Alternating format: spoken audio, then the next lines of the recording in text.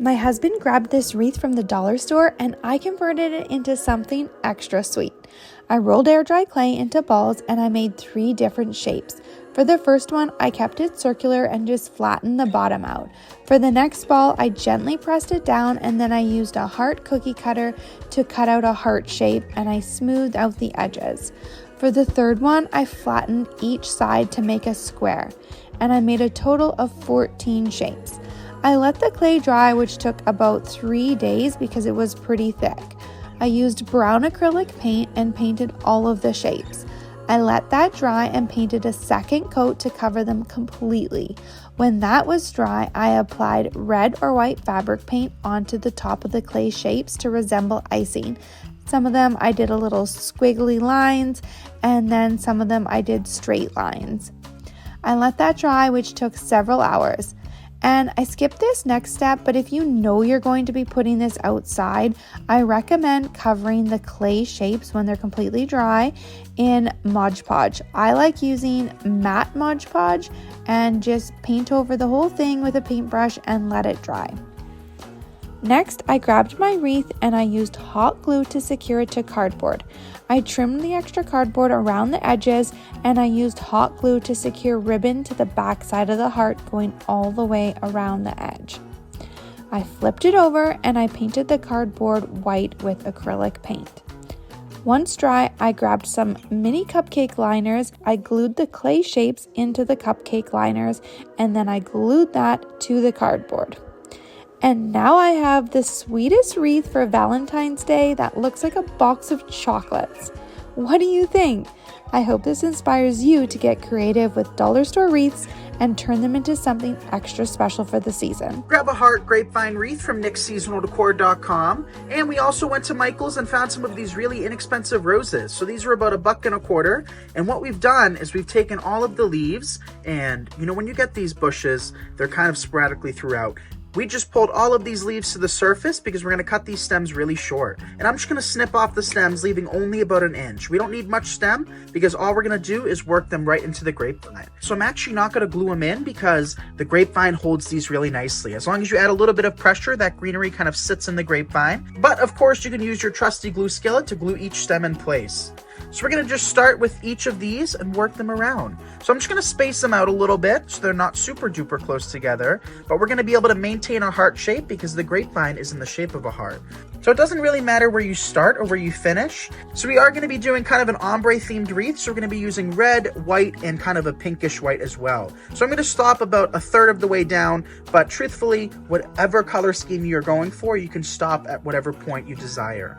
Now it's time to switch to our next color, which is this really pretty pink. So as I said before, this pink is kind of like a crossover between a pink and a white. So it's going to be a nice transition to our next color after this, which is going to be the white. So again, we did the same thing where we just pulled up the leaves so we have a little bit of foliage. And in doing so, you guys, you know, another reason for that is because we don't have to come back in with any extra greenery. So this is a great economical wreath because these bushes were only about $1.25. And we can continue on. So the same exact process, nothing here is changing. All we're doing is just working in our next color. So make sure you place them as evenly as you did with the red. That way it looks consistent and you're able to see that transition from the red to the pink. And our final color is white. So this is actually not, you know, super duper white. It's more of an ivory. And I think that red and ivory combo is so pretty with the pink intertwined. So same process, just snip off about 1 inch of a stem. And we'll just place these underneath the pink. And I think that's going to be a nice transition. So as I mentioned earlier, you can do this with whatever color scheme you would like. If you want to keep it all pink, you can keep it all pink. If you want to keep it all red, you can do that as well. It just depends on the look you're going for. Another important thing is to make sure you're not losing your shape. So make sure your shape is still in the shape of a heart. And you can adjust your flowers accordingly. And our final flower.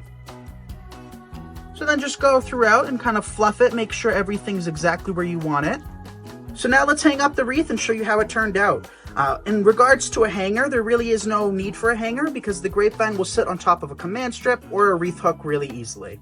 And here is how the heart turned out, and I absolutely love it. And this was so simple to put together, you guys. We used 3 different colors of mini roses. We used the red, the pink, and the ivory, all on top of an 18-inch heart from NixSeasonalDecor.com. Being a grapevine wreath, it was really easy to insert those stems, and we didn't have any need for any hot glue.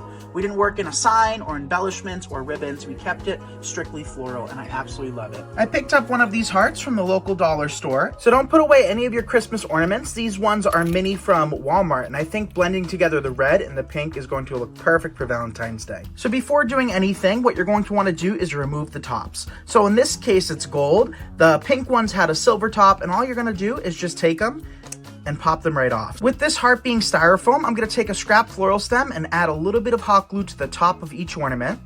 And then it's so easy. All we're going to do is just take them and poke them right into the styrofoam. It's as easy as that. And I'm going to alternate sizes and colors. So I started with the mini one at the top, and we're going to do the same thing with the small one down below.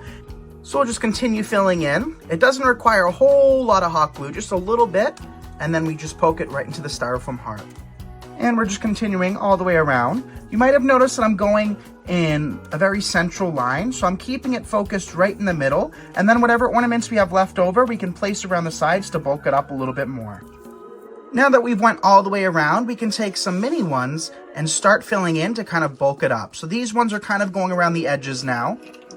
And you want to be careful of the hanger, because the hanger comes with it from the dollar store, and we're going to use it to hang it from a door, from a command strip, from a wreath hook, as wall decor, wherever you decide to place it. I think it will look beautiful.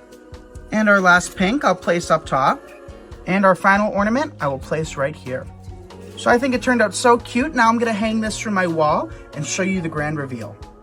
And here's how it turned out, you guys. I absolutely love it. And we turned a dollar store inexpensive heart into something really pretty just with the use of some ornaments. So I used some leftover Christmas ornaments. So in total, you can create this for only a few dollars. I think it looks so perfect for Valentine's Day. So I'm starting out today with a little heart-shaped grapevine wreath from my craft store. I want to make a really soft, kind of flowing, pretty wreath. And I'm going to start out, I have a pick of just flowing ivy. And we're going to start out with putting a little ivy onto the grapevine. I'm going to cut the different pieces off of the main stem. And I'm just going to tuck in the end piece into the grapevine and form it around the wreath. Sometimes I just can stick the ends between the pieces of the grapevine instead of hot gluing them down. And I want the ivy to hang down from the bottom. And where the 2 pieces of ivy crisscross at the bottom, I'm just going to put a little bit of floral wire around them. So I'm going to start out with some really pretty red roses. I'm just going to pop one right off. I just want the flower part. I'm just taking a minute. I'm just going to bend down the edges of the petals a little. It's a quick trick to try to make your artificial flowers look more realistic. A little more high-end. I'm going to put a little hot glue right on the back. I think I'll just start over here and then work my way around.